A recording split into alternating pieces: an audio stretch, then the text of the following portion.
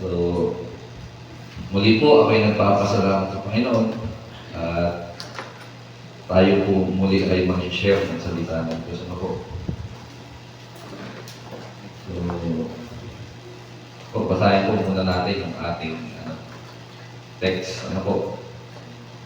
So, ang ating pong text, so, pangliit naman pala, hindi makita. No? Marcos chapter 4, verse 35 to 41. So, alam ko, lahat sa inyo, ay alam nyo na itong kwentong ito. Ano? Ito po ay kwento ng si Jesus at ang kanyang mga alagad ay tumawid ng lawa at inabot sila na, ano? Bagyo. So, alam nyo yung kwento, ano? So, sabi po dyan sa verse 35, kinagabihan sinabi ni Jesus sa mga alagad, tumawid tayo sa ibayo. Kaya't iniwan nila ang mga tao at sumakay sila sa bagang sinasakyan ni Jesus upang tumawid ng lawa. May iba pang mga bangkang nakisabay sa kanila. Habang naglalayag, inabot sila ng malakas na bagyo. Kaya't ang bangkang sinasakyan nila ay hinampas ng malalaking alon at ito'y halos mapuno na ng tubig. 38, si Jesus ay natutulog noon sa may hulihan ng bangka, nakahilig sa isang unan, ginising siya ng mga alagad at sinabi, Guro, baliwala ba sa inyo kung mapahama kami? Bumangon si Jesus at sinaway ang hangin. Tigil! At sinabi sa lawa, tumahimik ka. Tumigil nga ang hangin at tumahimik ang lawa. Pagkatapos, sinabi niya sa mga alagad, bakit kayo natatakot? Hanggang ngayon ba'y wala pa rin kayong pananampalataya? Verse 41, natakot sila ng labis at namangha. Sabi nila sa isa't isa, anong klaseng tao ito? Pati hangin at lawa ay sumusunod sa kanya. Tayo po ay manalangin. Ama, muli po kami, O Diyos, lumalapit sa inyong harapan, humihingi ng tawad sa lahat ng aming pagkukulang. Salamat, Panginoon, sa buhay, sa kalakasan ng inyong pinagkaloob. Salamat din, Panginoon, sa araw na ito. At muli po, Panginoon, kami magsasama-sama upang mag-aral ng salita. Ama, pagkalaban niyo po ang bawat isa sa amin ng bukas na puso at isipan upang maunawaan namin ang salita na gusto ibahagi sa amin. Nawa, Panginoon, ibuhos niyo ang Santong Espiritu upang kami samahan, Panginoon. Itago niyo po ako sa inyong likuran na kayo po ang maitaas.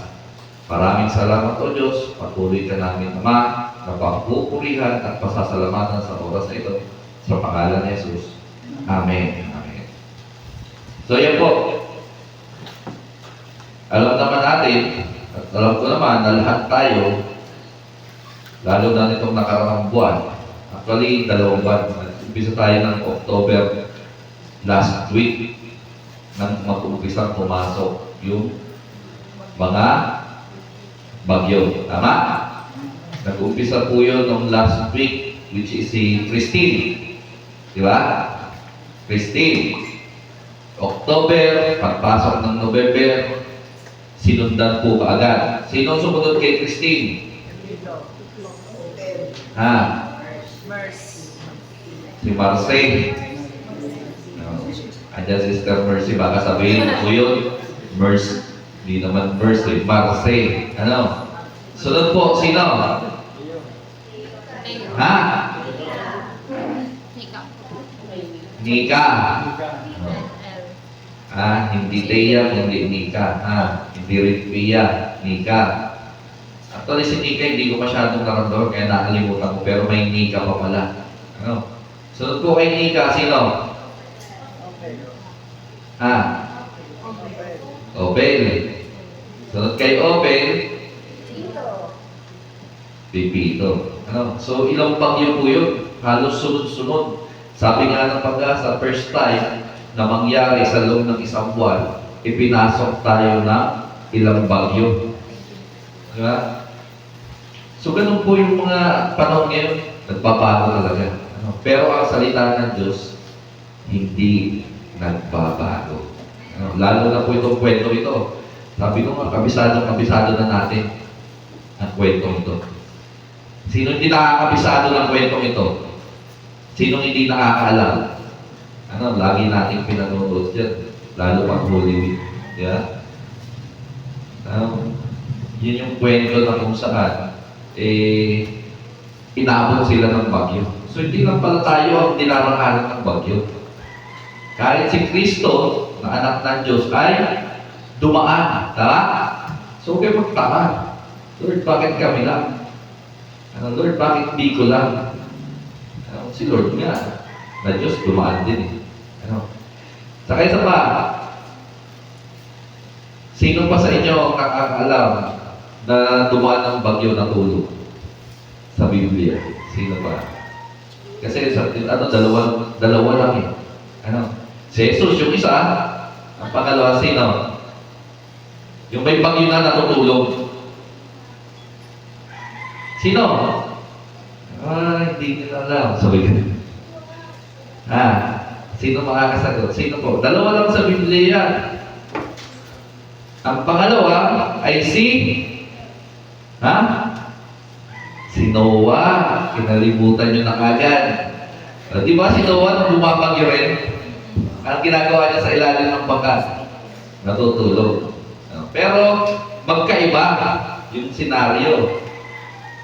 Si Noah, tumatakas sa gawain. Pero si Jesus Christ, anong ginagawa niya? Tinutupad niya yung gawain ng nangyari yun. Tama? Tinutupad niya yung utos ng Ama. Tama? Di ba nangangaral siya ng time na yan eh? Ay, Jonas pala. Sorry po. Jonas po pala. Noah naman sa akin. Si Jonas. Si Jonas po, tumatakas sa gawain ng Diyos. Tama? Sarap ng tulog niya eh. Kung pa siya sinipa ng kapitan, hindi pa siya gigising. Di ba? Sinipa siya. Gumising ka na. Kakaroon na ng ano eh. Pero si Lord ganun din. Yung mga apostol, ginising siya. Ano po? Pero magkaiba siya ng sitwasyon. Sabi ko nga, si Jesus Christ, tinutupad yung gawain. Kaya huwag tayo magtataka kayo mga Kristiyano, sasabihin natin, Lord, sumusunod naman kami sa iyo. Hindi naman kami kagaya ni Judas na umiiwas sa gawain mo. Pero bakit dumaraan pa rin yung buhay namin sa bagyo? Sabi ko nga sa inyo, si Lord nga, na Diyos, dumaan din sa kanya. Tama? Di ba? Hindi lang naman yung bagyong literal na pinagdaanan ni Lord. Maraming bagyong pinagdaanan si Lord. Nandiyan yung tinukso siya. Nandiyan yung gusto siyang patayin. At yung pinakahuli, naghirap siya at pinatay. Di ba? So yun yung mga bagyo na pinagdaanan ni Jesus Christ sa buhay niya. So tayo mga Kristiyano, ganun din. So ngayon, alam ko na, siguro, may hula na kayo kung anong title natin. Sino makakahula? Sabi ni Tia Pipito. Yan po. Ang ating title ngayon ay In Time of Storm. So, ano yung gustong ipahatid sa atin ng Diyos dun sa kwentong iyon? Sa panahon, sabi nga, kasi nung nag-aaral ako niya, tinanong ko yung anak ko, sabi ko, ano pagkakaiba nung magkaligit na hintay at doon sa magkahiwalay? May pagkakaiba yan, ibig sabihin. May pagkakaiba sa ibig sabihin. Yung magkaroon to, mag-in times, ang tinutukoy, panahon. Pero pag magkahiwalay, sa panahon. Ibig sabihin, may nadadagdagan ng isang salita, sa panahon.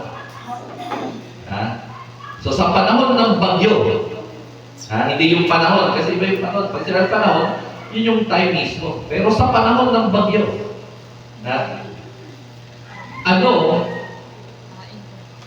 at ano yung mga dapat na matutunan natin? Di ba? Kasi sabi ko nga, bilang mga Kristiyano, lahat tayo dadaan dyan. Di ba? So ano yung gustong ituro ng Panginoon sa atin? Sa panahon ng mga bagyo. Bagyong literal at bagyong spiritual. At saka yung mga bagyo pinagdaraanan natin sa buhay. Kasi baka mamaya, puro tayo literal, pero yung bagyo na dumadaan sa atin, na yung sabi nga sa buhay natin, yung mga nangyayari sa buhay natin, hindi natin kinakaya. Yung mga bagyong parating, na alam natin parating, anong ginagawa? Diba, naghahanda. Gano'n tayo ka-ready na tumanggap ng mga bagyo na paparating sa buhay natin. Diba? So, tingnan natin kung ano yung gustong ituro ng Panginoon sa atin sa panahon ng bagyo. Ano po? So, nakita niyo po yung yung kwento nung sila ay naglalakbay. Di ba? Ito po yung pinakauna. In time of storm, yan. Sino naniniwala dyan? Hindi nga.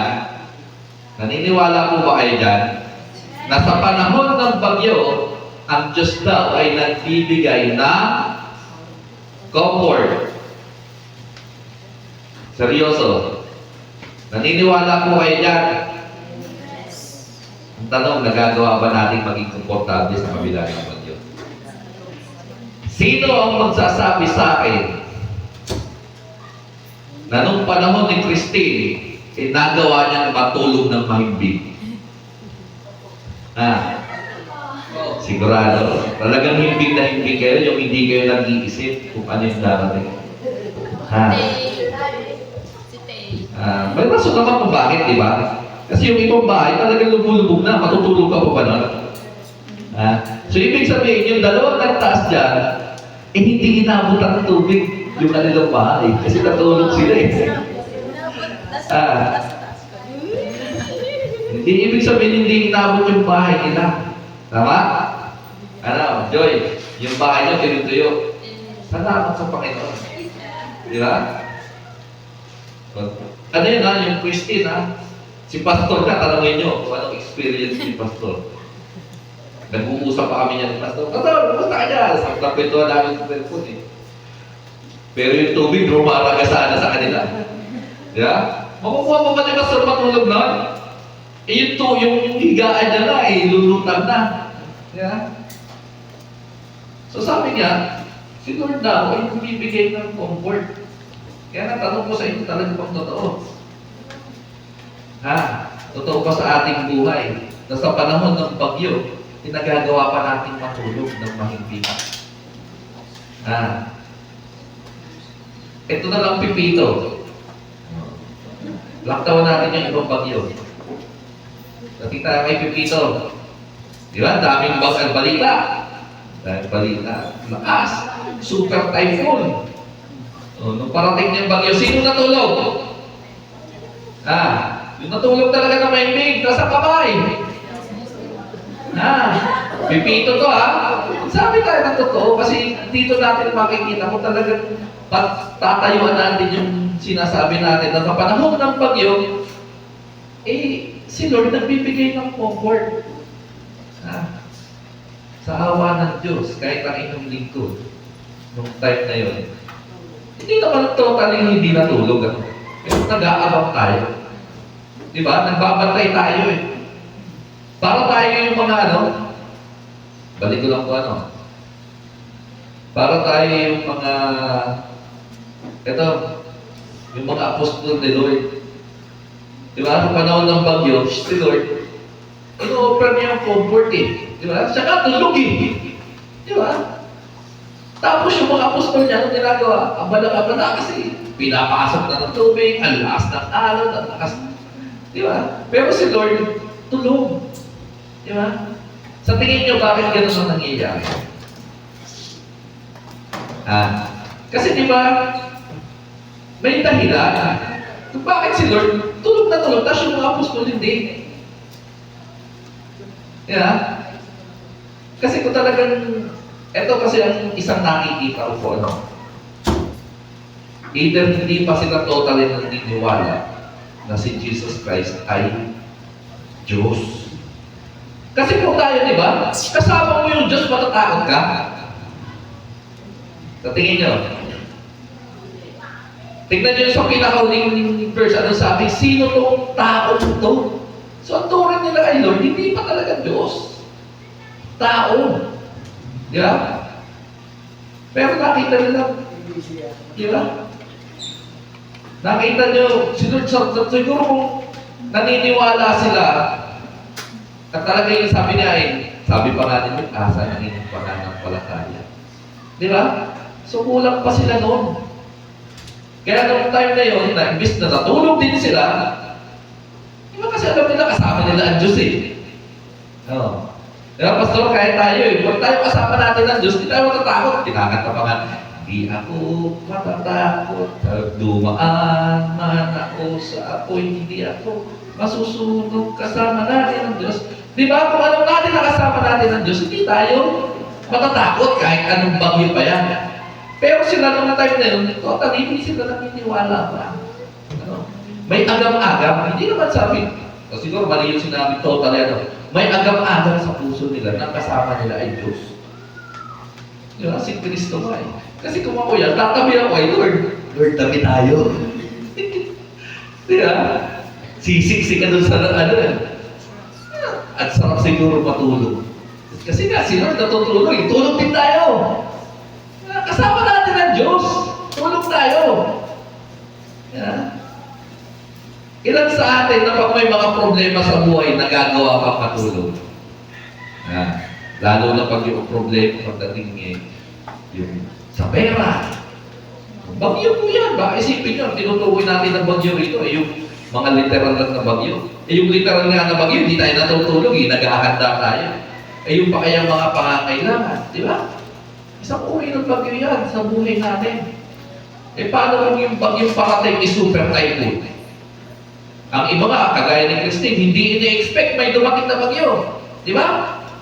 Akala nila kaya-kaya lang. Kasi si Christine mahina eh. Signal number 2 lang naman yan. Di ba? Di ba kaya tayo minahalahat? Kasi signal number 2 lang yan eh. Anayan, ay inayan. Pero yung ulan nun, dire-diretso. Kaya nga itong mga nakarang simula nung kahapon, di ba? Panay na ulan, sabi ko, para mauulit si Christine ha. Kasi walang tigil eh, dire-diretso, kagabi magdamag. Di ba? Magdamag, walang tigil yung ulan. Sino na tumigil ang ulan magdamag? Sabi nga nung asawa ko, lumindol pa ako kagabi. Sabi na, ha? Lumindol? Sino na lumindol kagabi? Parang yung asawa ko lang nakaramdam nun ha. Sabi ko, hindi eh. Sarap ng tulog ko kasi lamig eh. Di ba? Kaya tayo,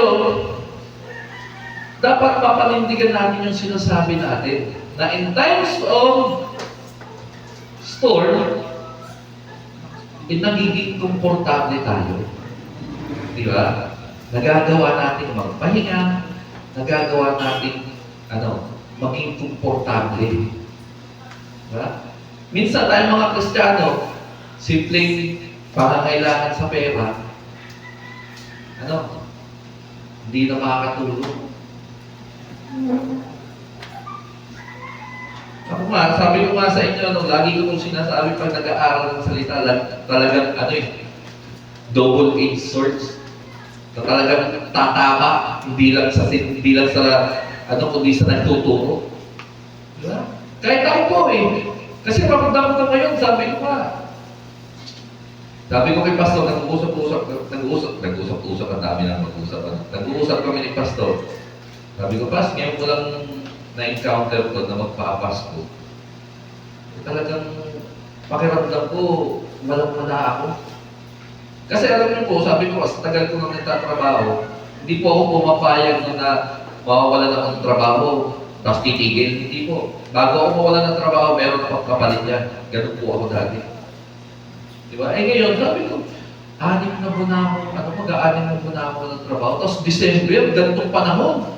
Excited na ako niya kasi may parating na,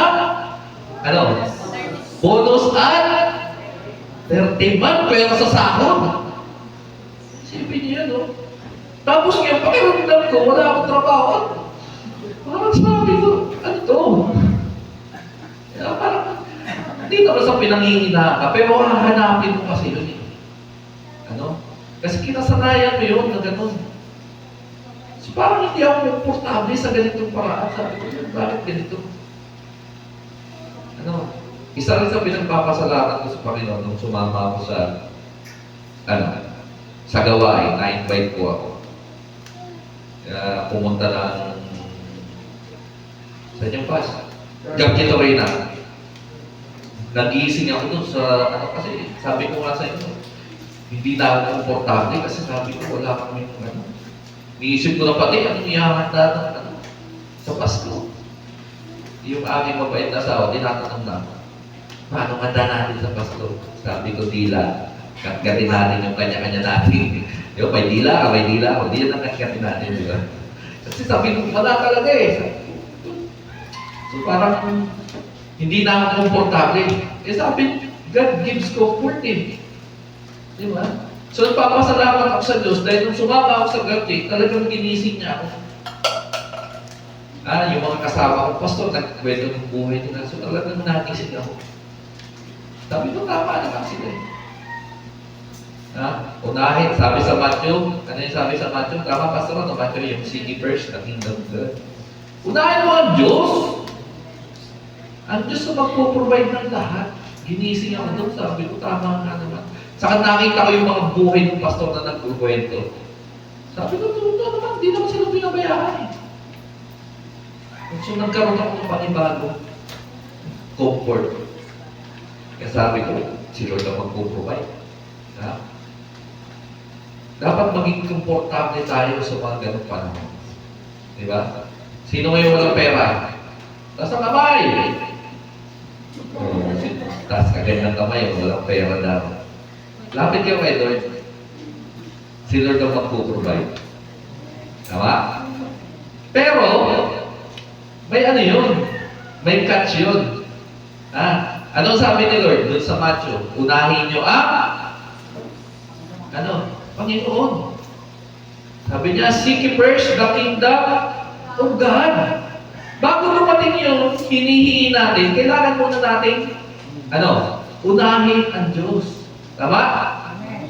Nung last Sunday, ano yung topic ni Pastor? Last Sunday, boy. Alam ko, kabisado ni Bubo yung topic ni Pastor nung last Sunday. Ano yan, boy?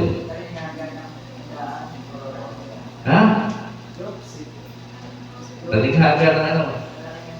Yung malaking handaan, yung naghanda, di ba? Nung nakaraang linggo, sabi ko, Lord, kasi first time yun sa Katanusan eh. Simula nung nagbagyo. Di ba, ilang linggo tayo hindi na gano'n. First time, sabi ko, pupunta ako ng Katanusan, excited ako. Lord, kailangan may bago akong ituro sa mga kapatid natin doon. Wala talagang binibigyan ng mensahe si Lord ano. Baka sabihin niya naman, si Pastor, umasa na lang kay Lord. Hindi ganun po talaga ako minsan. Talagang inaasa ko kay Lord. Lord, bigyan mo ako ng bagong mensahe kasi excited ako magturo. First time ulit na makikita-kita, ilang linggo. Isang buwan. 4 na linggo yun na hindi kami nagkita-kita, di ba? Tapos, nung nagtuturo si Pastor dito, ng linggo, may binigay sa akin. Sabi ng Lord, yan ang ituro mo. Pastor, parehas kami. Sabi ng Lord, parehas kami na ituturo ni Pastor. Hindi nga yan. Ito yung mensahe ko. Ito yung message ko. So, bago. So, excited ako. Pumunta, nakatanong sa sabi ko, tama-tama. Kasi, di ba? Sino yung mga in-invite? Daming in-invite ni Lord. Invite. Tapos wala na. Dumating. Di ba? Di ako naman excited. Sabi ko, maganda to. Salamat Lord sa topic. Ang nakakatawa nito, pagdating ko, iilan kami. Wala yung mga kapatid. Sabi ko, Lord, anong nangyari? Di ba? Pinarala sa akin ng Panginoon yung katuroan, yung salita niya, totoo. Kahit nung nangyayari na. Sabi ko nga sa Katanusan, dapat mabuto tayo kung sino yung dapat na i-priority.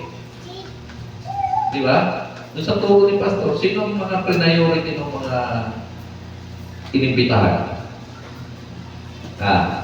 Sino makakapagbigay? Yung unang inimbitahan, anong sabi? Aasikasuhin niya yung kanyang bukid. Ibig sabihin, sa panahon natin ngayon, siguro wala namang tao ngayon may-ari ng bukid. Anong uunahin? Kabuhayan. Yung pinagkakakitaan, tama? Yun eh. Nasaan yung mga kapatid natin? Ba't wala? Siguro, nandun. Kailangan ko muna itong tapusin. Mag-church naman ako eh. Pero ito muna, kailangan ko ito eh. Kasi kailangan ko ng pera, hindi ako mapapakali, wala akong pera. Hindi ako komportable sa buhay ko na wala akong hawak na pera. Unahin ko muna ng kabuhayan ko. Lord, saka na ako magsisimba. Diba? Ganun yun eh. In-invite ka na. Tara, kahit tayo. Pasensya na, may bungi rin ako na kailangan kasi kasuhin. Pasensya na kapatid, may kailangan akong tapusin na gawain. Kabuhayan to. Pagsimba, hindi naman na yun. Sisimba ako, pero ito na una. Diba? Parang ganun yung nangyari. Yung pangalawa, anong in-invite? Yung pangalawang invite. Sino? Nakabili ako ng 5 baka. Ano yung mga, ano yung sa panahon natin ngayon? Personal, yung mga ari-arian, mga belongings. Saka na ang pastor magsisimba kasi yung bahay ko iba pa eh. Unahin ko muna to. Okay naman yun, wala namang problema. Pero sabi doon, anong unahin? Sabi sa Matthew, seek ye first. Matuto tayo i-priority. Hindi, ito muna kasi hindi ako komportable na walang bahay. Diba? Hindi ako komportable. Mabuti kayo, hindi kayo bilang nyo. Oo naman. Pero ano ba naman yung isang araw? May araw tayo, umpisa, Lunes hanggang Sabado. Ilaan mo sa pag-aayos ng bahay. Basta yung linggo, ibigay mo sa Diyos. Diba? Matuto tayo kung sino yung dapat i-priority natin. Diba? Kaya sabi ko nung pumunta ako sa Katanusan, nalulungkot ako na natutuwa. Nalulungkot ako kasi wala ako nadatnan. Kukunti sila. Pero at least pinakita sa akin ng Diyos na nangyayari. Buhay ang salita niya. Diba? Hindi ako kontra doon sa mga pumunta. Kasi alam ko may dala silang biyaya. Tama? Pero dapat nakita natin kung sino yung dapat na pahalagahan. Kasi kanino magaling yung biyaya? Sa Diyos. So sino dapat unahin? Si Lord. Diba? Kaya sabi ko kay nanay, biyaya ng Diyos sa kanya yung gano'n. Kasi alam niya kung sino yung dapat niya unahin. Kasi siya yung napagkaroon tayo. Asan ano? Andun niya sa ano? O ba't di kayo kasama? Ay hindi. Mas priority ko si Lord. Praise God. Biyaya sa Diyos. Diba? Kasi binuksan yung kanyang kung sino yung dapat i-priority niya. So biyaya sa kanya ng Panginoon yun. Pero hindi ko sinasabi niya, iba natin kapatid, ganun din. Diba? Talagang dumadaan sa point na ipapakita sa iyo ng Diyos na yung salita niya ay totoo at buhay. Diba? Kaya nasabi ko sa inyo, ako natutuwa at nalulungkot. Diba? Kasi nakita ko doon ng buhay ang salita ng Diyos. Diba? Yung pangatlong invite, sino? Baka sabihin nyo, si Pastor walang originality, binabalik-balik lang yung preaching. Release na si Pastor Rodel, inulit mo na naman. Ano sabi yung pangatlo? Bagong kasal ako eh. Ano yun sa panahon natin yun? Personal life.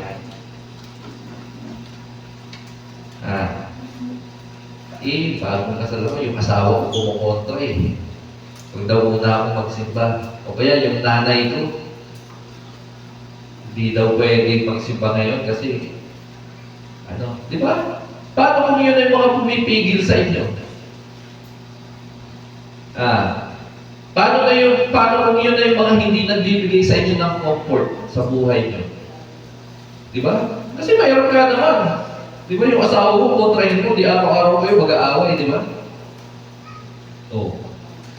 Paano kung yung magulang mo na? Oo, hindi kita papamanahan. Pag nagpadagos ka dyan sa pagsirisita mo yan sa born again, kita ka na papamanahan. Kasi magulang mo na mismo ang nagpupugol sa iyo. Paano na to? So, dahil ka na komportable. Sabi niya, God gives comfort. Diba, hindi ka na komportable. Hindi ka na rinaatin. O hindi ka na pupunta sa gawain ng Panginoon. Diba? So yan yung sinasabi dyan. Dapat in times of storm, matuto tayo na maging komportable. Kasi God gives comfort. Diba? Binibigay ni Lord yan. Libre yan. Minsan kasi tayong mga Kristiyano, tayong hindi marunong tumanggap ng binibigyan. Di ba? Nalaman lang na may unos na parating, mga problema. Di ba? Dapat alam natin na may parating, paghanda natin. Tama? Ganon din sa mga problema sa buhay. Malalaman mo rin eh. Di ba? Di parating. Paghanda ka. Pag-prepare ka. Di ba? Lumapit ka sa Diyos. Kasi si Lord ang magbibigay na comfort. Ano ang sabi sa Isaiah 41:10? Ang sabi po dyan, ako'y isa sa iyo, huwag kang matakot. Inuutosan tayo ni Lord. Utos po yan ha. Hindi yan suggestion. Sino nakakaalala ng turo mo yun? Sa salita ng Diyos, may utos at may suggestion. Ito, ano po yan? Huwag kang matakot. Utos yan. Huwag kang matakot. Ako ang iyong Diyos, hindi ka dapat mangamba. Papalakasin kita at tutulungan, iingatan at nililigtas. Anong minuwari natin pag may mga utos na parating? Anong minuwari natin pag may bagyo na parating? Yung mga problema parating, anong minuwari mo? Sabi na Lord, utos yan, huwag kang matakot. Hindi yan suggestion. Ang suggestion kasi pwede mong gawin, pwede hindi. Pero ito, utos, kailangan mong gawin talaga. Utos niya na huwag kang matakot pag may parating na mga bagyo, mga utos sa buhay. Mga problema sa buhay, utos niya yan, huwag kang matakot. Natatakot lang tayo kasi bakit? Nakakalimutan natin si Lord. Sa totoo lang, alam natin naman Diyos. Pero yung necessity mo sa Diyos, nakakalimutan mo yun. Yung pangangailangan mo sa Diyos, nakakalimutan. Mas napupokus ka saan? Sa mga problema. Sa bagyo. Di ba? Si Pedro, nung naglakad sa tubig, di ba nakalakad na siya? Di ba? Nakalakad na siya. Palayo-layo na nga yung narating niya eh. Nung napokus yung tingin niya sa bagyo, ano nangyari sa kanya? Nung una, nakatingin siya kay Lord. Kaya sabi niya, Lord, kung talagang ikaw kaya, papuntahin mo ako dyan. Halika, sabi ni Jesus. Ay, baba naman si Pedro. Dali-dali, baba siya sa laga. Nakapaglaman. Nung na-focus yung isa paningin niya sa bagyo, nawala yung tingin niya kay Lord, ano nangyari? Lumpo. O ganun din yan sa buhay natin.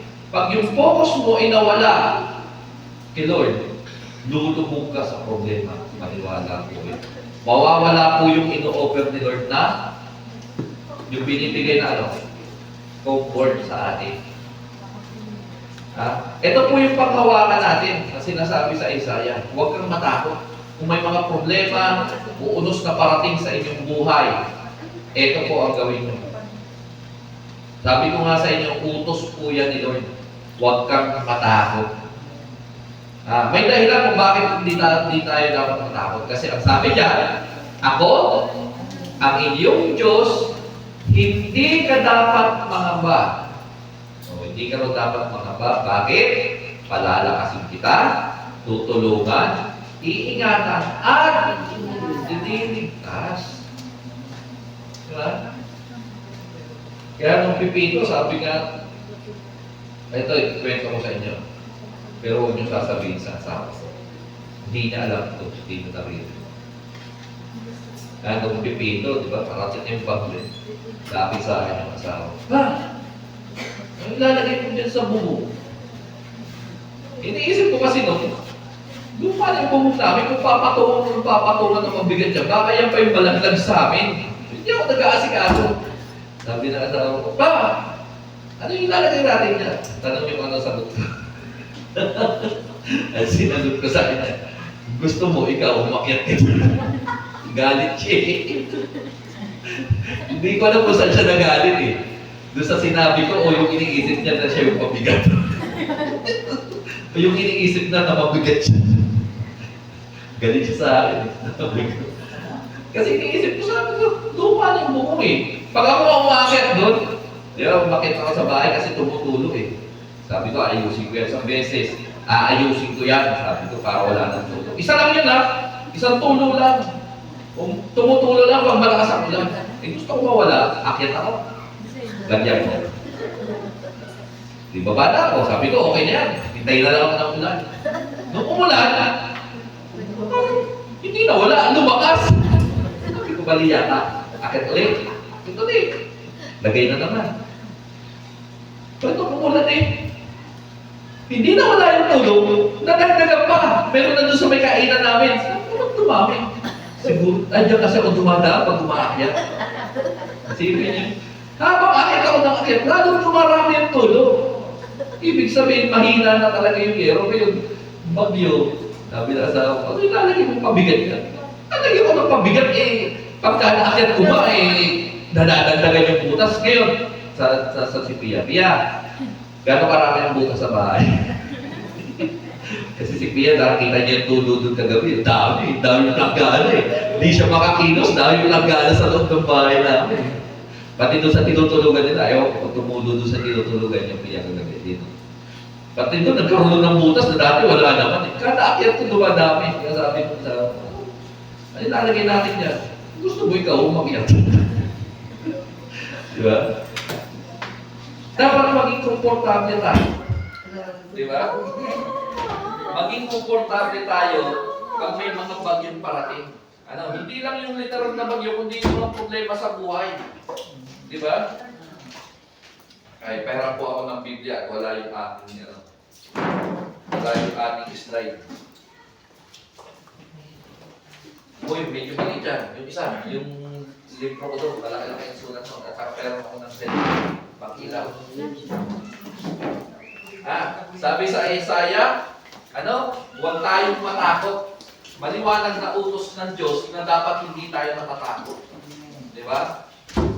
So huwag tayong matakot kung may mga problema tayo sa buhay.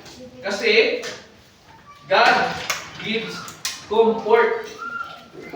Sa Kanya mo lang makikita yun, yung komportable na hinahanap natin. Di ba? So yun po, kailangan tayo makontento, sabi nga. Kailangan natin maging komportable sa kabila ng mga problema na ating pinagdaraanan. Kasi bakit? Bakit na naman? Bakit na naman na dapat maging komportable pag may mga ganon? Kasi diyan tayo pinapalakas. Ba? Kaya nasalita ng Diyos, hindi yan magkukontra. Kabit-kabit yan.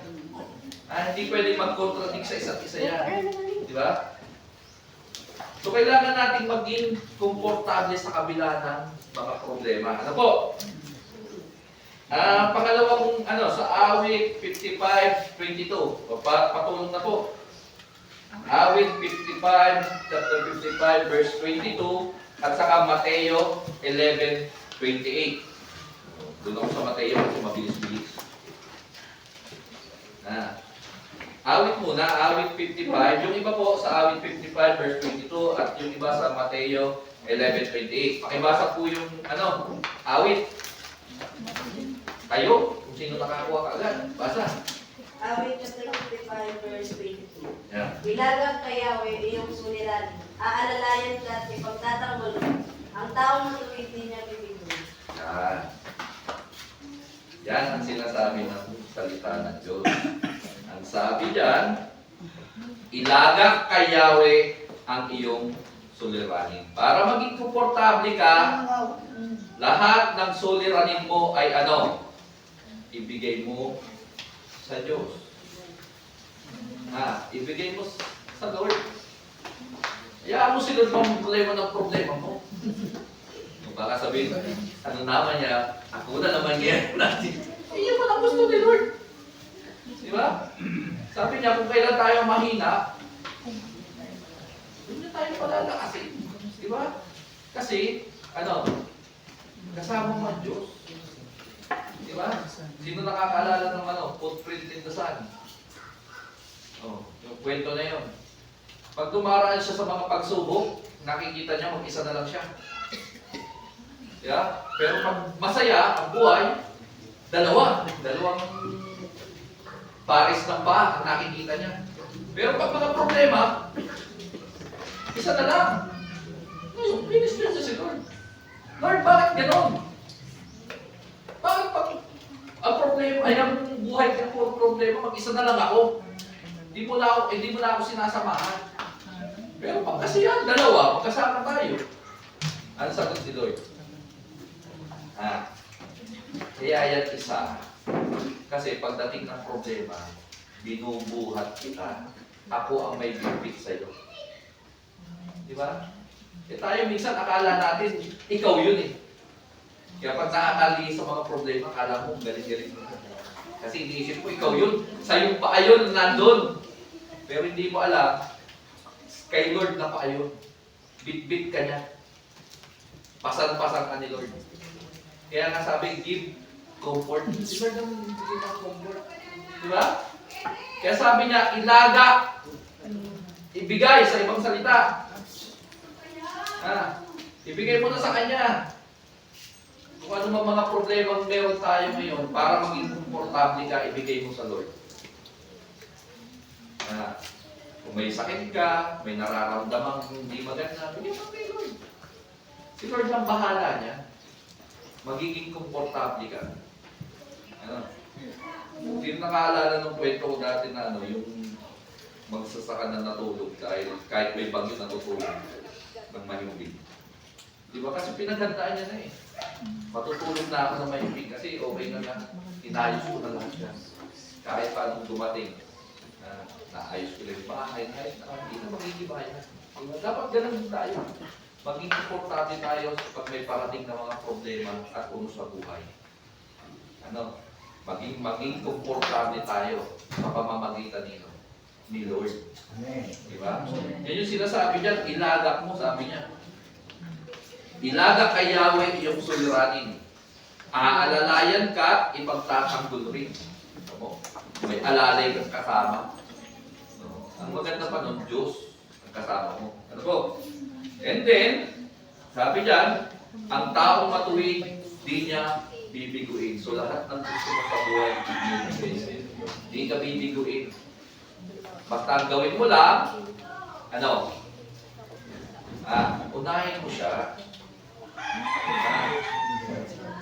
Doon po tayo sa Matthew 11:28. Sino po ang nakakuha? Makibasa po, kapatid. Sabi ko tayo, ito na dito, kamayo si Satuyang slide niya. Si Mateo. Umpisa po yan ng lumang tipan. 11:28. Basa, kapatid. Hoy! Gusto ko kayo ibuwi pag-arasan. Nainig na. Mateo 11 verse 28. Lumapit kayo sa akin, kayong lahat na nahihirapan at lubang nabibigitan sa inyong kasama, at kayo'y bibigyan ko ng kapahinga.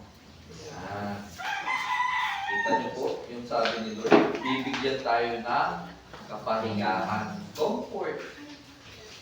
Diba? Kaya kung may mga problema kayong bitbit na, tagal nyo nang dinadala, ibigay nyo na lahat yan kay Lord. Magiging komportable po kayo. Di ba?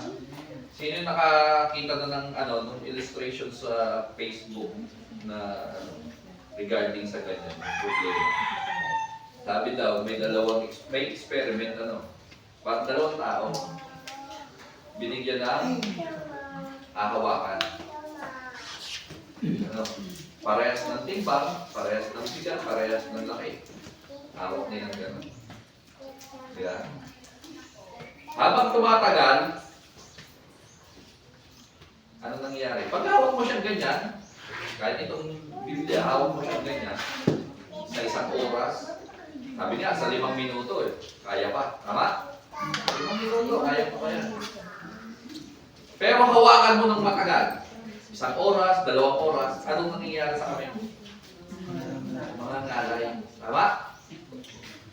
Parehas lang naman ang bigat yan Hindi naman nagbabago yung bigat Bible pa rin naman yung hawak mo. Same ng kapal, same ng bigat. Ang problema lang, mas matagal mo siyang hinahawakan. Kaya yung mga problema natin, pag hindi mo kagad na ibigay kay Lord yan, habang tumatagal, yung problema na simple, anong nangyayari? Bumibigat na bumibigat. Kasi tatagal mo na siyang hawak. Ayaw mong i-let go. Ayaw mong ibigay kay Lord. Di ba? Yung isa, binigay ka agad. 30 minutes na ako dito. Yung wala, ikaw naman. Yung isa hindi, kasi sabi, hawakan daw. Matagalan Isang oras, medyo kaya pa, nangangalay lang yung braso ko. 2 oras, parang inabot na ng 5 oras, mabigat na yon. Ganon din yung mga problema natin, yung pasanan natin sa buhay. Yung mga problema nyo na hindi nyo maibigay kay Lord, habang tumatagal, pabigat ng pabigat po yan. Hindi mo nagbabago yung problema mo, yun pa rin Pero matagal mo lang siyang bitawan, ayaw mong i-let go. And sabi ni Lord, anong sabi? Lumapit kayo sa akin. Kayong lahat na nahihirapan. Hintay niyo pa ba maghirap kayo? O tayo? Umpisa pa lang ng problema, ilapit ko na akin, Lord, ito na. Huwag mo nang hintayin na mahirapan ka. Kahit tayo kasi minsan, mas gusto pa natin yung mahirapan muna bago lumapit sa Diyos. Di ba? Sabi ni Lord, lumapit daw lahat ng nahihirapan. Ngayon pa lang ako nahihirapan. Ganun kasi tayo. Problema maliit pa lang, Lord, ito na. Kaya ako sabi ko, Lord, wala akong trabaho. Alam ko, basta huwag lang akong tumigil sa gawain mo, sa pinagagawa mo, hindi mo ako pababayaan. Di ba? Pinakahawakan ko yan. Pero minsan nakakalimutan ko. Sabi ko nga sa inyo, dumating na yung December, nakalimutan ko na agad. Hindi naman totally nakalimutan, nag-worry na agad. Hindi na naging komportable yung puso ko. Di ba? Iniisip ko na agad, sayang. Kung may trabaho ko, may bonus. Tapos, ano pa? 13 month. Tapos, may sahod pa. Tapos, ang pinakamaganda pa yan, yung mga regalo matatanggap. Oh! Pasko may mga regalo parating. Asawa ko, tuwa yan pag magpapasko nung hindi pa nangihina ang kumpanya niya. Lahat ng appliances sa bahay, bigay ng opisina Tipin niya po yun. Tapos nawala lang bigla. Kaya sabi ko yung puso ko hindi komportable. Pero pinaalala sa akin yun. Tuturo ka nito tapos ikaw nakakalimutan mo. Yeah. So dapat maging komportable tayo. Ha?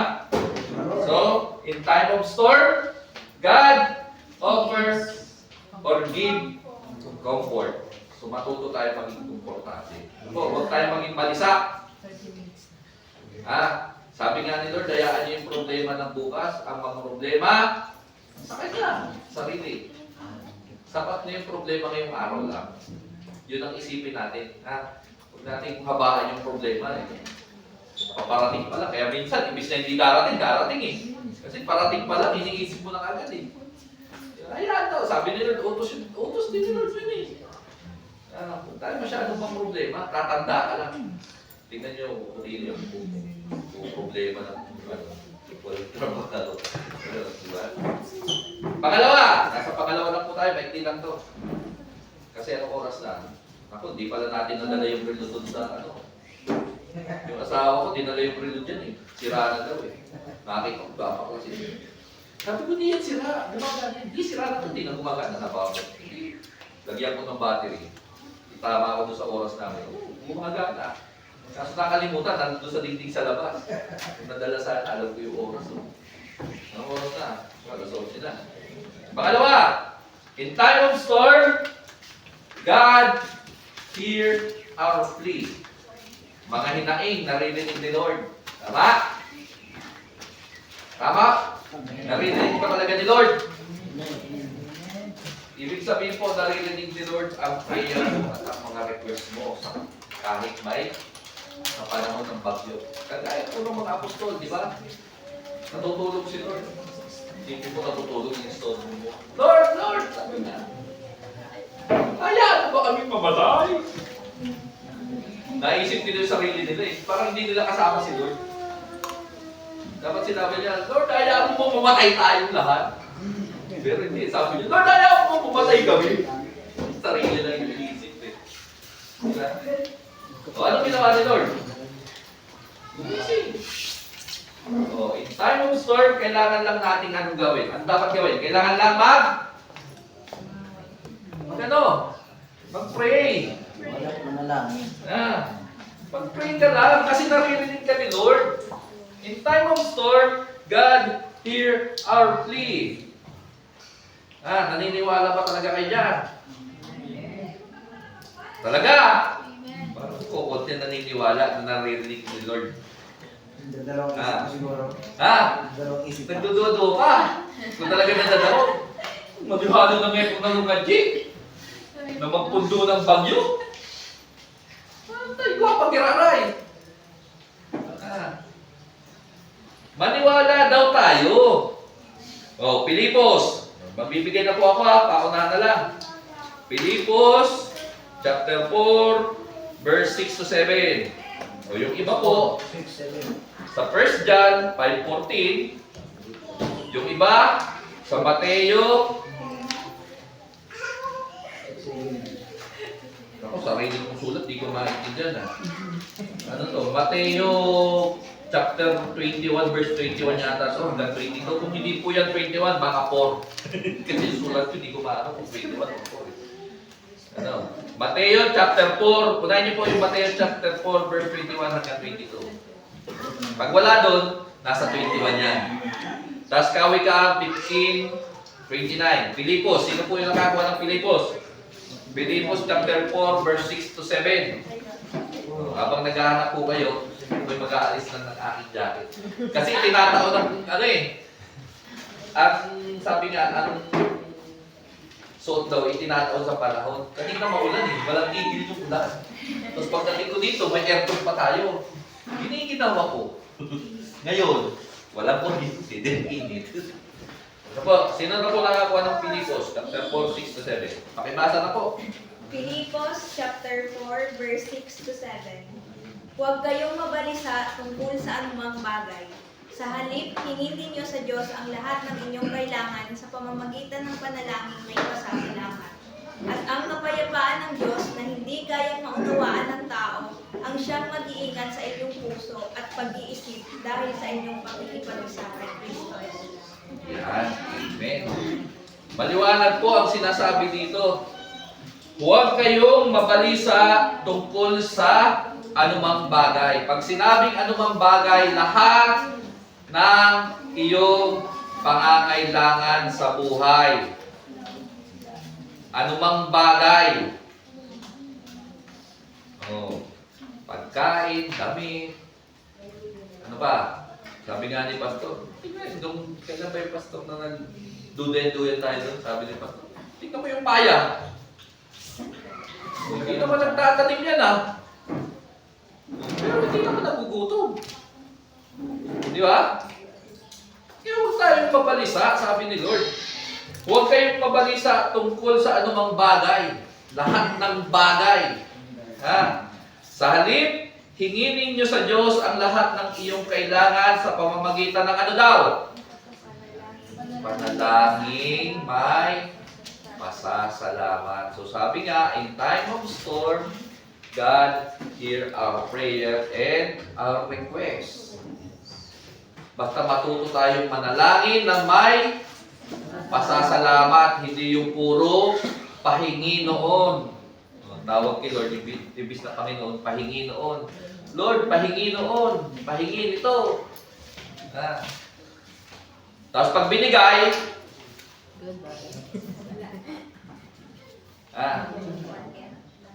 wala na, nakalimutan na si Lord. Hindi na nagpasalamat. Blinis, pinagpala, yung kabuhayan, lumago. Kasi yun yung prayer eh. Di ba? Pastor, pag-pray mo naman ako. Alis ako eh. Punta ako abroad. Di ba, hindi ko kayo makakalimutan. Hindi ba narinig ko nagkwento ng pastor mo? Pinag-pray. Nung nakaalis, hindi kumusta si pastor, hindi na nagawa. Diba? Pinagpala na eh. Tayo, ganun din ba? Ha? Hindi. Dapat matuto tayong magpasalamat. And then, hindi na puro pasalamat. Magbalik ka rin. Diba? Utos ng Diyos yun eh, magbalik ka din. Hindi puro pasalamat lang. Lord, salamat. Dinis mo yung aking anak buhay. Hanggang doon lang. Buti ka, nagpasalamat ako. Dapat magbigay ka rin. Di ba dapat ibalik? Tama, Pastor, no? Ibalik. Ibalik sa Diyos. Yung para sa Diyos. Actually, sabi ko nga, minsan iniiwasan kong mag-preach nito eh. Kasi na-anuan tayo ng ibang religious group na ang mga board naging yan, puro pera. Puro wala ka kayo marinig sa pulpito, kundi ika po. Eh bakit naman hindi mo kasi maririnig yun? Eh titigas sa ulo natin. Diba? Pag pinagpala ka, magbalik ka. Ibigay mo rin sa Diyos, ibalik mo. Kasi habang binabalik mo yan, aagos ang magpapala ang biyaya. Eh yung ika po nga, hindi pa yun ang pagtulong sa church eh, di ba? Kasi yung para sa Diyos talaga yun. Tumutulong ka pag nagbibigay ka na exceed dun sa 10%, di ba sa ika po? Doon pa pala tumutulong sa church. Pag nagbibigay ka na, pero yung ika po, hindi mo pwede sabihin na tulong mo yun sa church. Dahil para sa Diyos talaga yan. Kaya dapat, pag nananalangin, may pasasalamat, ang sabi yan, ano po?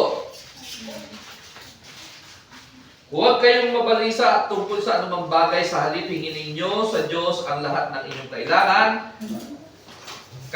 Sa lahat kailangan sa pamamagitan panalangin may pasasalamat at ang kapayapaan ng Diyos ay hindi kayang maunawaan ng tao ang siyang mag-iingat sa iyong puso. So isipin niyo po yun. Pati yung comfort na damay. Di ba? Nanalangin ka lang sa Diyos. Di ba? Kapayapaan. Maliwanag, di ba? Sa number 1, give comfort. Magbibigay ng comfort si Lord. Tapos ngayon, nag-pray ka, magbibigay din ng ano? Kapayapaan sa puso. At pag-iisip sa inyong pakikipag-isa kay Kristo. So yung comfort mo sa iyong puso at sa isip. Di ba? Hindi ka nabalisa. Diba? Pray ka lang, Lord. Lord, kailangan ka. Salamat sa mga biyaya. Alam ko may darating bukas. Di ba? So in time of storm, God hear our prayers and requests. Sa 1 John 5:14, ano po ang sinasabi? 1 John 5:14. Tayo na yung nakakuha. 1 John chapter 5 verse 14. May lakas loob tayong lumapit sa Kanya dahil alam natin ibibigay niya ang anumang hingin natin kung ito'y naaayon sa Kanyang kalooban. Yan. So ito yung kasagutan doon sa mga tanong nyo na bakit ako nagpe-pray. Hindi naman binibigay nito. Ang tanong kasi doon, bakit? Yung ba yung kalooban ni Lord o kalooban mo? Di ba? So dapat matuto rin tayo magtanong. Kasi baka yung hinihingi mo, kalooban mo lang. Ibig sabihin, ikaw lang may gusto. Kaya nga, di ba si Lord sabi niya, nung nag-pray siya saan yun? Gethsemane? O, ano sabi niya? Sabi niya, Lord, request ko, kung pwede lang, alisin mo yung kupa ng paghihirap. Kasi alam niyo, dadaanan yung paghihirap eh. Alisin niyo ang kupang ito. Pero, ano sabi niya? Hindi yung kalooban ko ang masunod, kundi kalooban nino? Ng Ama. So dapat tayo, ganun din, pag tayo nananalangin, tingnan natin. Dapat yung kalooban ng Diyos. Kaya minsan tayo, dahil nakulitan na natin, Lord, laging hinihingi, binigay, o minsan napapahamak, di ba? O minsan ano nangyayari, hindi maganda. Kasi hindi naman yun yung kalooban para sa'yo ng Diyos, kaso makulit ka lang. Di ba? Sino kumapagmali? Sige, ito na. Pagbibigyan na kita. Tapos nung naging ang kinalabasan ay hindi maganda, balikan ngayon kay Lord. Lord, bakit ganito nangyari? Kasi yung prayer, hindi naman yung kalooban ng Diyos eh. Di ba? Mapilit ka lang. So yun yung lagi nating tatandaan. Pag may mga bagyong parating sa buhay, ano mga problema yan, matuto tayo, manalangin kasi si Lord, naririnig yan. Ha? Maririnig at maririnig niya yan. Ha? Sabi nga dun sa, yung sa kwento, isang ganun eh. Panginoon, hayaan mo ba kami ng mga lulong, mamatay? Tayo agad si Lord. Diba? Kasi kalooban. Kalooban din ni Lord na iligtas sila doon. Ipakita yung kapangyarihan ng Diyos. Diba? So dapat ganun din po tayo. Matuto tayo manalangin na may pasasalamat. At ano pa? Yung kalooban ng Diyos ang masunod. Doon sa ating mga panalangin. Ano po? Hindi yung kagustuhan lang natin. Ha? Mateo 21. Tingnan nga natin kung tama yung sulat. So, parang 4 eh. Kasi sulat sa parang 4 eh, pero parang 21 eh. Doon muna po tayo sa Mateo 21, verse 21. Ako dito gumagana sa 4. Wala ay meron pa ng 21. Kaya ano yan? 21 po yan, hindi yan 4. Mateo 21, verse 21 to 22. Pakibasa po.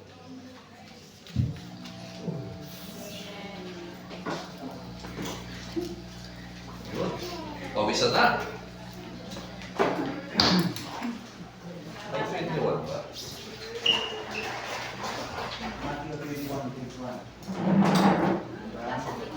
Pero tama.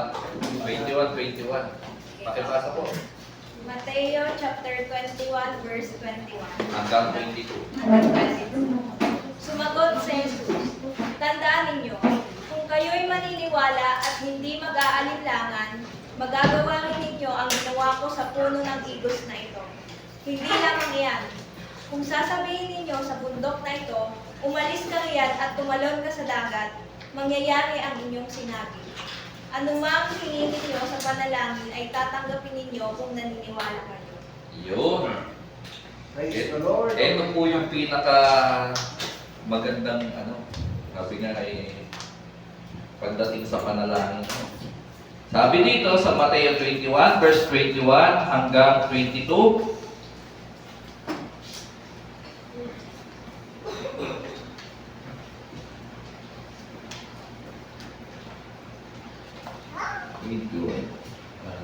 Yan, sabi dito, sumagot si Jesus, tandaan ninyo kung kayo'y mananalig sa Diyos at hindi mag-aalinlangan, magagawa rin ninyo ang ginawa ko sa puno ng igos na ito. Sipin niyo po yun. Pag maniniwala ka raw, anong ginawa ba nito dun sa puno ng igos? Dun sa fig tree, dun sa tabuk-tabuk. Yan, tabuk-tabuk ang tawag dito sa Pilipinas, yung puno ng igos. Fig tree. Anong ginawa ni Lord doon? Sinumpa. Kasi anong hinahanap ni Lord nung time na yun? Gusto niyang kumain. Yeah? Yun yung kwento niya. Gusto niyang kumain. Ganap siya ng bunga. Pagtingin niya doon sa fig tree, walang bunga. Di sinumpa niya ngayon. At sabi ng Diyos, tandaan ninyo, kung kayo'y mananalig sa Diyos at hindi mag-aalinlangan, so yung faith kailangan, buo. Walang pag-aalinlangan. Diba? Sabi maliwanag magagawa rin ninyo ang ginawa ko sa puno ng igos na ito. Hindi lamang yan, kung sasabihin ninyo sa bundok na ito, umalis ka riyan at tumalong ka sa dagat, mangyayari ang inyong sinasabi, ang inyong sinabi. Ano mang hingin ninyo sa panalangin, ay tatanggapin ninyo kung nananalig kayo. So ano man daw ang hingin natin? Basta maniwala ka lang. Faith, sabi nga. Faith na wala, pagdududa. Sino pa ba tayong natanong ko nung nakaraang linggo? Si Jen yata yun eh. Tinanong ko, Jen, ano prayer mo nung may parating na bagyo? Ano? Di ba? Anong panalangin mo? Nung parating si Pipito? Nanalangin ka ba na mawala ang bagyo? Sino nanalangin dito na mawala ang bagyo? Taas ang kamay. Yung malusaw. Meron ba nanalangin ng gano'n? Ngayon, babalik ko sa tanong. Talaga bang pinanindigan mo? Hindi ka man lang ba nagduda sa panalangin ng yan? Di ba? Kasi sabi dito, dapat hindi ka mag-alinlangan sa prayer mo. Kaya sabi ko sa kabataan ng karalinggo, ako hindi ako nag-pray ng mawala. Kasi alam ko naman sa sarili ko, lalo na pag nababalita ako na, andyan na, super typhoon, paparating na. Baka bigla magtanong ka, Lord, ano na kung mawala? Di nag-doubt ka. Useless yung pananampalataya at yung panalangin. Kasi nag-doubt eh. Ang sabi dito, ang sabi sa verse 22, ano mang hingin ninyo sa panalangin at ay tatanggapin ninyo kung nananalig kayo. Ibig sabihin ng nananalig, kung wala, alinlangan. Sabi nga dyan, kung naniniwala kayo, walang doubt. Nagda-doubt ka nanalangin ka na mawala yung bagyo. Sabi ng Pag-asa, super typhoon, tutumbukin ang Bicol. Baka ka, my Lord, talaga bang aalisin mo na? Nag-doubt ka. Manalangin tayo based dun sa ating pananampalataya. Kaya sabi ko, ako kasi ang faith ko, mas okay yan. Sabi ko, palakasan tayo ng faith kay Lord eh. Pero pag nananalangin ka, kung nananalangin na mawala, ang panalangin ko, humina. At kung dadaan, hindi ako nananalangin na itaas o ibaba. Narinig niyo ng kwento ko yun, yung itaas, ibaba. Isang reporter na tinawagan, nasa lugar na doon sa Ilocos, nasa taas yun nag-Bicol eh. Ang prayer nung reporter na nasa Ilocos, kasi tinawagan siya nung channel PRTV yata yun, nanonood ng balita. Interview, kumusta kayo dyan? May parating na bagyo okay pa naman kami dito, yan. Ang dalangin lang namin, sana bumaba. Hindi ba? Ito yung panalangin niya. Tapos ginawa naman nasa Maynila, tinawagan naman dito si Maestrado, si Jonathan Maestrado, sino nakakilala no? Yung reporter ng channel to dati. Interview, kumusta kayo? Parating na yung bagyo dyan. Malakas na ba hangin dyan? Medyo malakas na po. Pero panalangin namin, umakyat. Isipin yung panalangin nila. Kaya sabi nung anchorman na sa balita, ito yung nakakatawa sagot niya eh. Sabi niya, palakasan na lang kayo ng prayer kung sino malakas ng Lord, yun ang susundin. Natawa ako bigla, nga naman. Ba't tayo mag-pray na sana tumaas? Ba't ka mag-pray na sana bumaba? Ang pray mo, magdadaan, Lord, pahinain at proteksyonan tayo, tama? At sigurado hindi ka magdadaw. Pero yung Lord, kung wala ng bagyo, tapos karinig mo sa balita, ay na super typhoon. Lord, ano ba talaga? Wala pa ba talaga? Nag-doubt ka. Pero yung Nanalangin ka na, Lord, sana kung dumaan man, alam ko po, proteksyonan nyo ang aming mga kapatid. Pangahawakan mo yun. Sabi ko nga, kwento ko nung nakaraan, yung karugtong ng kwento ko kanina, na sabi ko sa asawa ko, gusto mo, pakyat ka. Hindi pa na ilang oras, nung nakita ko, madilim na. Ewan ko kung napansin ng asawa ko yun. Baba ako ng bahay. Tapos ikot ako. Pinagpipray ko yung bahay natin. Kasi alam ko, mahina na eh. Tagal ng bahay, matanda pa sa akin. Sabi ko, Lord, di ba sabi mo sa salita mo na kami mga mananampalataya, kung hindi mo ipapahintulot na malaglagan ng kahit isang buo, hindi mangyayari. Tama? Pinangawakan ko yung salita mo, Lord. Etong bahay na to, hindi ito matatanggalan na kahit isang pako at isang kalawak kung hindi ko ipapahintulot. Paikot-ikot ako, gano'n ako eh. Hindi ako makarating doon sa likod namin kasi may bahay na doon. Ikot lang ako gano'n, tapos balik na naman ako. Yun lang yung prayer ko. Sabi ko, Lord, pinangahawakan ko. Tapos itong joke na to, hindi ito babagsak dito. Di ba? Tapos pag-akyat ko, sabi ko, na, pamayang gabi, dito tayo matutulog sa sala. Kasi baka bumagsak yung mo. Nag-down ka agad, ano? Sabi ko, naisip ko. Nag-down ako ba? Pero yung bahay, pinanalangin ko talaga. Sabi ko, Lord, pinangawakan ko talaga yun eh. Lord, hindi ito ba tatanggalan kahit isang kalawang o kahit isang pako? Kung hindi mo ipapahintulot. Nung mag-aalas 12, sarap na ng tulog ko. Nagising ako, alas 4 na umaga. Sarap na ng tulog ko eh. Di ba? Yung comfort na binigay ni Lord, sabi ko nga sa inyo, at saka yung prayer, di ba magkakaroon eh, comfort, gives comfort, prayer, yun lang. Hindi mo sa Diyos kasi naririnig ni Lord, sabi nga dito sa Mateo 21:21, ayan o, ano bang hingin ninyo, sabi sa verse 22, ano bang hingin ninyo sa panalangin ay tatanggapin ninyo kung naniniwala kayo. Yung prayer kailangan paniwalaan, di ba? Ano pa? Sabi dyan, sa Kawikaan 15:21, pinapakinggan ni Yahweh ang daing ng matuwid. Yan. Kanino po itong cellphone? Pakialas na po at may malulubat po. Yan.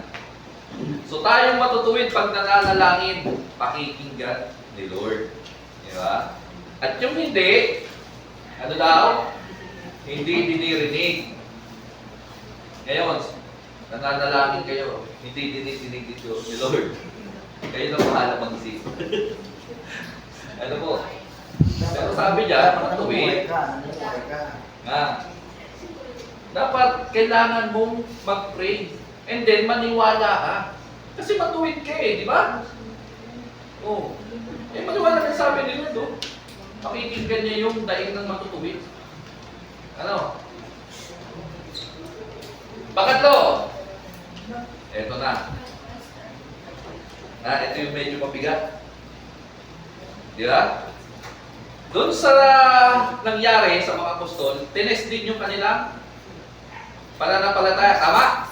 May bagyo. Kaya nung nagising si Lord, ano sabi niya nung pinatigin niya ng bagyo? Hanggang ngayon pa rin ba, wala kayong pananampalataya? Eh tayo, hintay pa ba natin na tanungin tayo ni Lord? At saan ang pananampalataya? Kaya nasabi ko doon sa pagkakataan ko, kung nakarang linggo, talaga ba na pinangahawakan mo yung faith na yan? Kasi baka mamaya, puro ka lang pray, wala namang faith. Di ba? May pagdududa. Kasi titestingin dyan eh. Di ba? Ano bang unos na darating, titest, yung katatagan mo at yung pananampalataya mo. Kagaya ng mga apostol, tennis ang kanilang pananampalataya doon. Di ba? And sad to say, sila ay, hindi pumasa. Kasi pagising ni Lord, sabi sa kanila, wala pa rin ba kayong pananampalataya? Doon sa isang translation, isang book, hindi ko alam kung kay Marcos po yun, or kay Lucas, ang sabi doon, asaan ang inyong pananampalataya? Pag hinahanap, ibig sabihin, nawawala. Di ba? Sabi doon sa isang translation, nasaan ang inyong pananampalataya? Yan. Sabi sa 1 Peter 6, chapter 1, verse 6 to 8, sabi dyan, ito'y dapat ninyong ikagalak. Kahit na maaaring magdanas muna kayo ng iba't ibang pagsubok sa loob ng ating panahon. Ano sabi dyan? Ang illustration ni Lord, ang ginto, bagamat nasisira ay pinadadaan sa apoy upang malaman kung talagang dalisay. So dyan nga, sabi ko nga dyan, matitest. Kung totoo ka, kung totoo kang ginto, hindi, kung totoo kang Kristiyano. Diba? Ititest dyan. Kaya kasabi, priority sino? O dyan matitest. Diba? Liwanag po.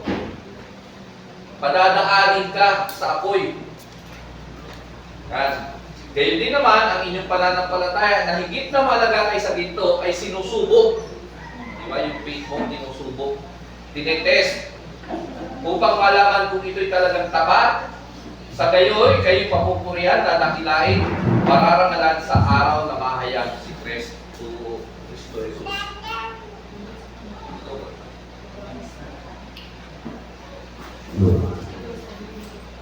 Palukang na lang ito'y ulan. Yan, sabi dyan, kailangan daw tayo magalak pag may bagyong dumarating. Ha? Kasi, sabi niya, no, kahit na maaaring magdanas muna kayo ng iba't ibang pagsubok sa lumarating panahon, ano naman ang katapat nun? Ito naman po, yan no. Sa gayon, kayo'y papupurihan at akilain pararangalan sa araw. O kung yung mga paghihirap natin dito, kung sabi ko nga, kung hindi man natin makamit yung gantimpala dito, saan na natin makakamit yun? Pagdating na saan? Pagdating na doon. Di ba? Kaya tayo mga Kristyano, huwag tayong panghinaan ng kung tayo paghihirap dito sa mundong ibabaw. Kasi, bandang huli, ang sabi dito, kayo'y papupurihan, tatakilain, at pararangalan sa kailan. Kailan yun? Ngayon? Bukas? Hindi. Ang sabi niya, sa araw na mahayag. Kailan mahayag si Kristo? Last days. Di ba? Dito yung final eh. Oh. Kaya yung mga ginagawa natin dito, yung mga pagsubok na dinaranas natin dito, kung ano mang bagay ang pinagdadaanan nyo, kung hindi man natin makamit ang gantimpala ngayon, pag nahayag si Jesus Christ, mahayag. Ayan, ang sabi niya, papupurihan, dadakilain. So maraming ibibigay sa atin ng Diyos. Diba? Yan po yun. Sabi dito sa Santiago, mga kapatid, magala kayo kapag kayo dumaranas ng iba't ibang uri ng pagsubok. Dapat ninyong malaman na nagiging matatag ang inyong pananampalataya sa pamamagitan ng pagsubok. So ito yung sabi ko kanina. At dapat kayo magpakatatag hanggang wakas upang kayo maging ganap at walang pangkukulang. Yan po yun. So dyan, tinitesting ni Lord yung ating pananampalataya. Sa mga storm na dumarating sa ating buhay, sa mga problema natin sa ating buhay, tinitest ang pananampalataya. Ano? Kaya parang minsan pag may nababalitaan tayo na hindi nagsisilba dahil dumanas ng problema, nagkaroon ng problema sa pamilya, hindi na umatin, di ba? Hindi na umatin, hindi na nagpatuloy sa gawain. Di ba nakakalungkot? Ibig sabihin, hindi nila nakapagtagumpayan yung pagsubok. Diba? Kaya tayo, habang tayo dumakan sa pagsubok, alalahanin nyo si Lord. At saka may pangako si Lord dyan. Hindi niya tayo bibigyan ng pagsubok na hindi nyo kaya. At kung tumating man yun, alalahanin mo na, andun siya kasama mo, sabi niya. Pangako niya po yun. Ano po? So dapat ganun din tayo bilang mga Kristiyano. Pag may pagsubok, isipin mo na kaya-kaya mo yan. At isipin mo, pag tumating yan, andyan si Lord para tulungan ka. Tama? Saka ito, ayan o. Oh. Dapat daw magalak. Ano po? So in time of storm, God tests our faith. Nasaan na tayo? Pangilan na po yun. Pangatlo. Una, God offer or give, ano po? Comfort. Pangalawa, hear our prayer and request. Tama? Hear our plea. Pangatlo, in time of storm, God tests our faith. So sana lahat po tayo pumasa dyan. Kasi test yan eh. Parang exam yan. Ano? Sana lahat tayo pumasa. Huwag tayong makagaya ng mga apostol na bumagsak. Baka pagdating ng time, sasabihin ni Lord, asaan ang inyong pananampalataya? O kaya, sasatanungin ka, hanggang ngayon ba wala kayong pananampalataya? Di ba? Sayang yung mga pinagpaguran mo dito.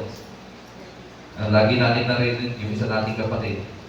Kung ngayon ka pasusuko, sayang yung taon, yung ilang taon na sinaya na inilaan mo sa gawain ng Diyos. Sayang kung ngayon ka pasusuko. Di ba? Kaya yun po. Pang-apat, God is in control. Naniniwala ba kayo in time of storm, God is in control pa rin?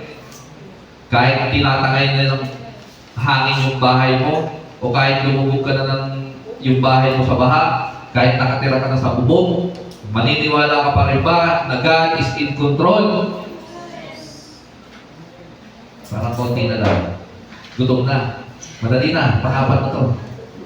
Ha? Kaso marami yung verse. So, shortcutin natin. God is in control. Naniniwala pa rin ba kayo? Ha? Nung bubong na lang ang natitira sa bahay nyo, naniniwala pa rin ba kayo? Na God is in control. Wala ba sa inyong nagtanong na bakit ganun, Lord, ang nangyari sa bahay namin, sa kabuhayan namin? Ha? Sa mga gamit namin na ubos. Bakit gano'n? Walang nagtanong. Praise God kung gano'n po. Biyaya ng Panginoon sa inyo. Di ba? Na tayo naniniwala pa rin sa kabila ng mga problema, bagyo, o anumang bagay na dumaraan sa atin, naiisip pa rin natin na God is in control. Kagaya po sa natin, pag sabi ni Lord na tumigil ka, anong nangyari? Lumakas? Tumigil. So God is in control. Lagi niyo pong tatandaan, kahit sa kabila ng mga problema, God is in control pa rin. Sabi po sa Isaiah 45 verse 7, ako ang lumikha ng ano? Dilim liwanag. Anong sabi niya? Ako ang nagpapahintulot ng kaginawahan at kapahamakan. So praise God. Ano? Hindi lang kaginawahan, kundi kapahamakan. Kaya kung lumubog man yung bahay natin, naubos man ang gamit natin, lagi niyong iisipin, God is in control. Kasi pinahintulot niya yan. Tama? Maliwanag sabi yun. Akong si Yahweh ang nagpapasya ng lahat ng ito. Meron bang iba? Wala, si Lord. Kaya matuto tayo magpasalamat sa kabila na kaginawahan at kahirapan. Kasi pinapahintulot ka ni Lord. Tama? Maliwanag po, sabi di ko na po hawakan. Kasi mukhang patulog na kayo. Sabi sa Colossus 1:17, ano pong sabi? Siya ang una sa lahat at ang buong sansinukob ay nananatiling nasa kaayusan sa pamamagitan niya. So nagiging mapayapa ang sansinukob dahil kanino? Kay Lord. Bakit? Si Lord ay Diyos na order. Tama? God is order. God is order. Ayaw niya ng magulo. Si Lord kaayusan ang gusto. Yes. Kaya yan. Siya ay in control. Di ba? Sabi po yan sa Colossus 1:17. Sabi naman po sa Jeremiah 10:23. Anong sabi? Nalalaman ko po, Yahweh, na walang taong may hawak ng sarili niyang buhay. So isipin niyo ang ating buhay. Hindi mo kontrolado. Ha? At walang nakakatiyak ng kanyang sasapitin. Kagaya ng sinasabi, ang dami mong plano sa buhay, mag-aayos ka ng magpapalaki ka ng kamalig, magtatampa ka ng kayamanan, mag-iipon ka. Anong sabi ng Biblia? Anong sabi ng salita ng Diyos? Isa ka? Isa? Hangal. Bukas na bukas din. Kukunin na kita. Useless. Sinong makikinabang ng pinag-ipunan mo, pinaghirapan mo, pinagtrabahuan mo na 35 years? Inipon-ipon mo. Saka na ako mag-happy-happy pag tumanda na ako kagaya ni Nanay Billy. Yung hindi ko na kaya sumakay ng aeroplano. Di ba sabi ni Lord, pag tumanda na, yung matatakot ka ng umakyat sa pataas, mag-i-enjoy ka. Punta ako ng Boracay, kailangan ng plano. Pasakaw na lang. Takot na sa iyong plano. Na-enjoy mo pa ba yun? Hindi na. Diba? Kaya yung buhay natin, Diyos pa rin na may control. Kaya kung may nawala, si Lord. Diba? Kung may nadagdag, si Lord. Biyaya, diba? Yan po yun. Yan yung sinasabi dyan. Siya ang may hawak. Diba? At walang nakakatiyak ng kanyang sasapitin. Wala sino man. Nagplano ka na ng plano. Minsan, yung pinag-ipunan mong yun, yung pagpupos na, kasiraan ng pamilya mo. Wala ka na eh. Yung mga naiwan mo, nagagawa-gaw na. Imbis na po yung pamilya mo, pag-alis mo, ano nangyari? Nagkawatak-wata. Minsan, nagbarilan pa, di ba? Ganun balita. Dahil lang sa lupa, pinakain ganyan. Kaya dapat maging kontento lang tayo dun sa tama lang, huwag yung sobra-sobra.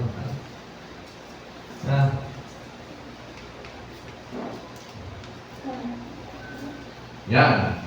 Mga kawikaan, sabi, ang tao ang nagbabalak, ngunit si Yahweh ang nagpapatupad. Dami mong plano. Pag ayaw ni Lord, hindi mangyayari. Kaya nga sabi, anong sabi ni Lord? Pag nag-pray, ano sabi? Kalooban mo. Huwag yung kalooban ko. Ang masunod. Kasi, God is in control kahit sa panahon ng mga problema. God is in control. Cited. Wala tuloy. Ano yung isang verse? Yan. Mga kawikaan 19:21. Ang isang Boy, nagpindot ka boy. Hindi ka pindot boy.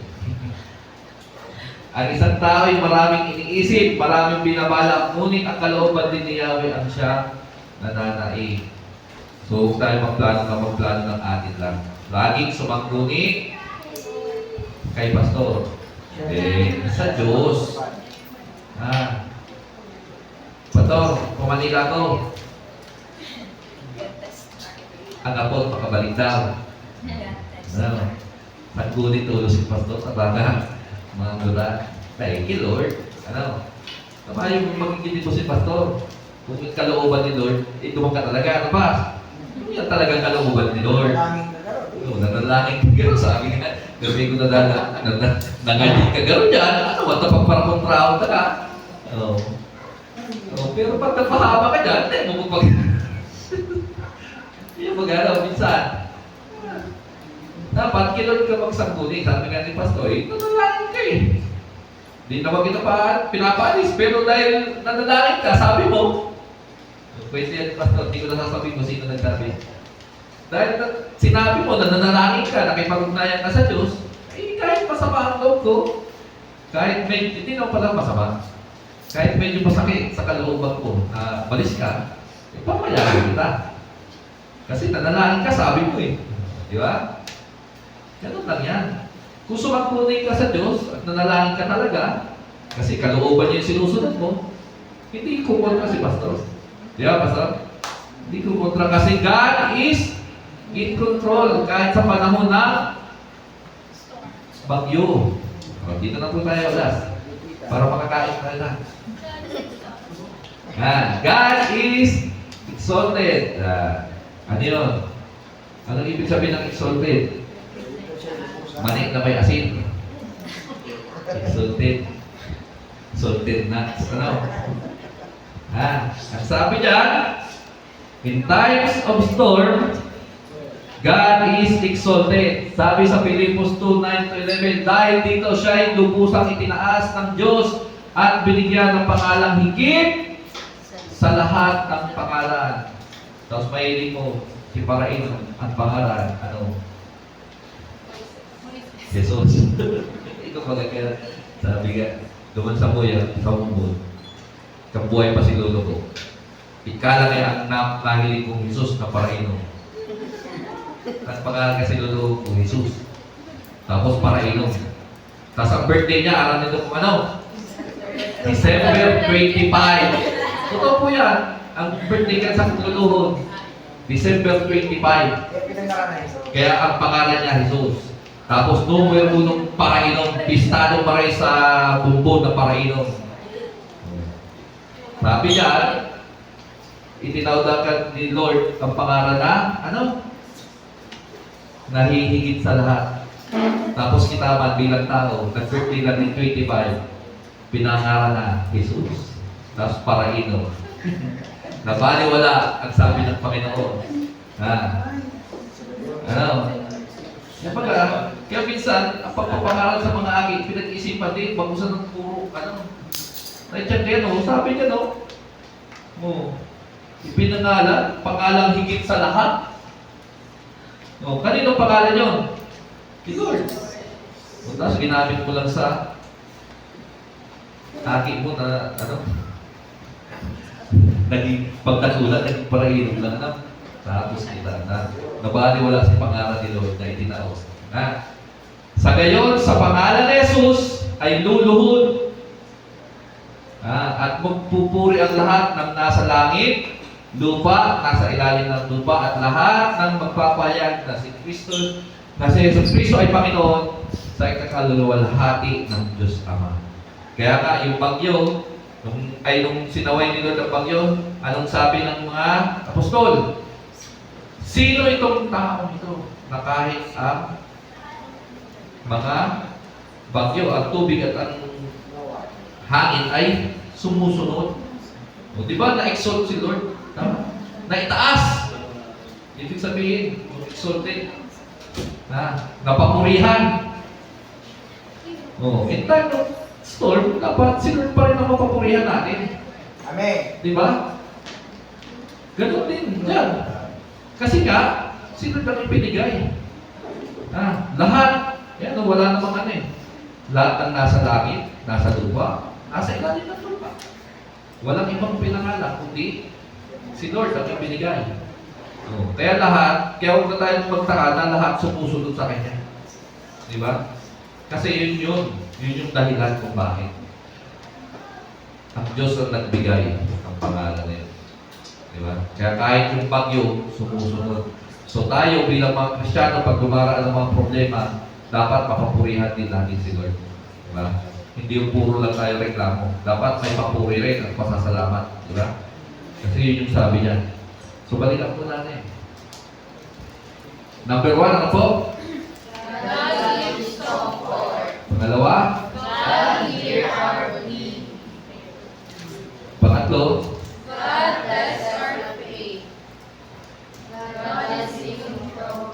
And 5, God is exalted. 5 lang po yan. Sana po yan yung mga nakakuha natin. Nung dumaraan tayo sa mga bagyo sa buhay. Po? So yung paalala, reminder po sa atin ang salita ng Diyos na hindi dapat tayo mawala ng pag-asa. Po? Kasi yan po, andyan si Lord. Kaya nga God, lahat po yan, si Lord. Sabi nga, kahit yung pinapahintulot na mangyari, kay Lord pa rin yan. So wala tayong dapat isipin kundi si Lord. Sabi yan, seek ye first the kingdom of God and all His righteousness, and all these things shall be added unto you. Wala na po ibang magbili. Salamat po sa salita ng Diyos. Tayo po lahat ay tumayo at manalangin. Yes, Father God, Ama, muli po kami, O Diyos, nagpapasalamat sa oras na